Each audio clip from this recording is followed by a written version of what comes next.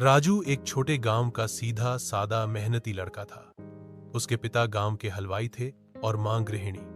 घर की हालत खराब थी, लेकिन राजू में मेहनत और ईमानदारी कूट कूट कर भरी थी। पढ़ाई में तेज था, लेकिन आर्थिक तंगी के चलते 12वीं के बाद आगे नहीं पढ़ सका।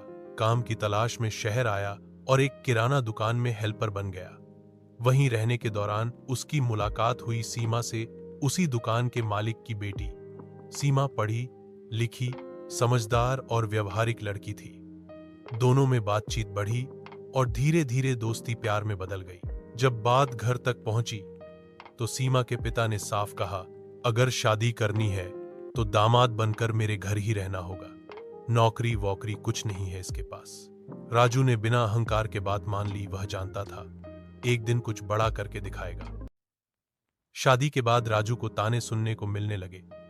घर का दामाद है, बोझ बनकर बैठा है, लड़की वाले की कमाई खा रहा है, लायक होता तो अपनी बहू घर लाता।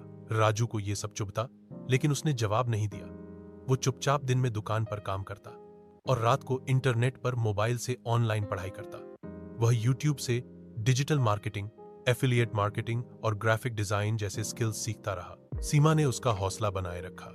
एक दिन सबकी सोच बदल देंगे हम। एक दिन फेसबुक पर एक पोस्ट दिखी, घर बैठे डिजाइन बनाकर पैसे कमाए, फ्रीलांसिंग का मौका।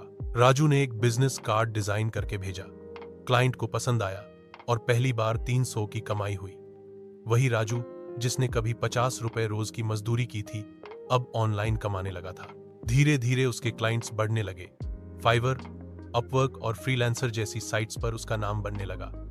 उसने यूट्यूब चैनल भी शुरू किया, सीधा सादा दामाद, जिसमें वह गांव के लोगों को डिजिटल स्किल्स सिखाने लगा। 2 सालों के अंदर राजू की कमाई 50,000 महीने से 5 लाख तक पहुंच गई। उसने अपनी खुद की डिजिटल एजेंसी शुरू की, जिसमें 15 लोगों को रोजगार दिया। जिन लोगों ने उसे ताना मारा था, वही अब सलाह मांगने आने लगे। सीमा के पिता, जो कभी उसे निकम्मा समझते थे, अब गर्व से कहते, हमारा दामाद तो हीरा निकला। राजू ने गांव में भी एक डिजिटल सेंटर खोला, जहां सैकड़ों युवाओं को फ्री में स्किल्स सिखाए जाने लगे।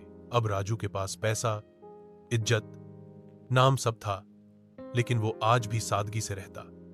उसने अपने सास ससुर को अपने घर में ही रखा और कहा, मैं घर का दामाद नहीं, इस घर का बेटा हूं। आज लोग कहते हैं, जो सोच से बड़ा होता है वो हालातों से हार नहीं मानता।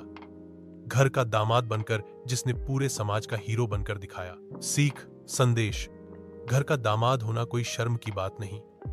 अगर आपकी सोच और मेहनत मजबूत हो, लोग क्या कहेंगे ये मत सोचो, तुम क्या कर सकते हो ये सोचो। प्यार, धैर्य और खुद पर विश्वास से कोई भी गरीब लड़का करोड़पति बन सकता है।